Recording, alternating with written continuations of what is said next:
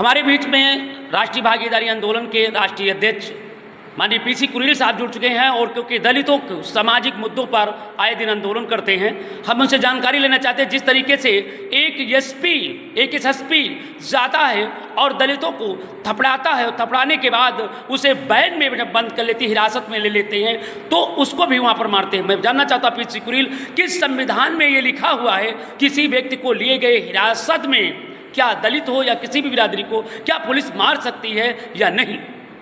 देखिए, किसी को पुलिस इस तरह से पीट नहीं सकती है, कानूनी कार्रवाई होना चाहिए। लेकिन इस देश में जो एक व्यवस्था है, सिस्टम है, तो वो इस पर प्रभावी है और देश में संविधान में कहीं ये चीज़ नहीं है। और उसे जो निंदा करने की बात है, तो इस देश की जो सरकार में बैठे लोग हैं वो दोषी हैं और इस देश में जो नेतृत्व है, चाहे विपक्ष का नेतृत्व हो, चाहे आम समाज के काम करने वाले नेतृत्व हो, इन सब की कमजोरियां हैं।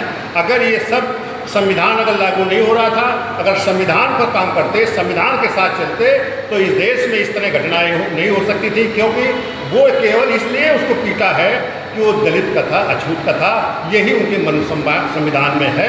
मनु के उसमें वो मनु का संविधान लागू करना चाहते हैं, लागू कर रहे हैं, जिसलिए ये चीज़ें हैं। आपके संविधान में ये ऐसी चीज़ें कहीं भी नहीं है और किसी के साथ इस तरह अन्याय नहीं हो सकता है, किसी भी बिरादरी का हो, किसी भी धर्म का हो, किसी भी जाति का हो। लेकिन इस देश में इस तरह की घटनाएँ बहुत तेज़ी के साथ फैल रही हैं। इसे रोकने के लिए आम लोगों की ज़रूरत है कि अगर नेतृत्व ठीक से काम नहीं कर रहा है तो हमें सबको फिर से देश में लड़ना होगा, संघर्ष करना होगा।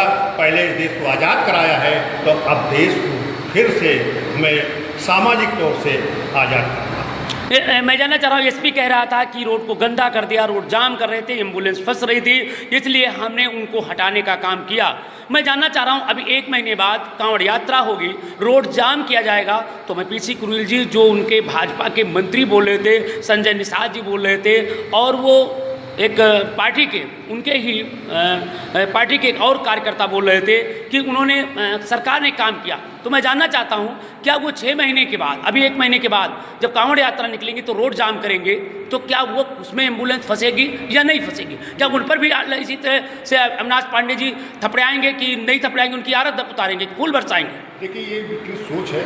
प्रशासन भी उसी तरह काम कर रहा है जो मनु का सिद्धांत है और उस पर कोई अंकुश सरकार का नहीं है।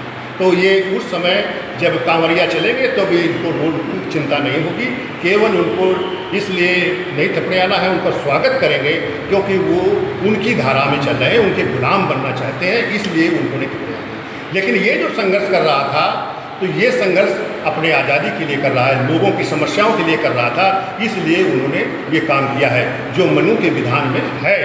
और इस विधान को आप खिलाफ चलना होगा, जो अपने भारत का जो संविधान है उसके आधार पर आपको चलना होगा, तभी आप इनसे निजात पा सकते हैं।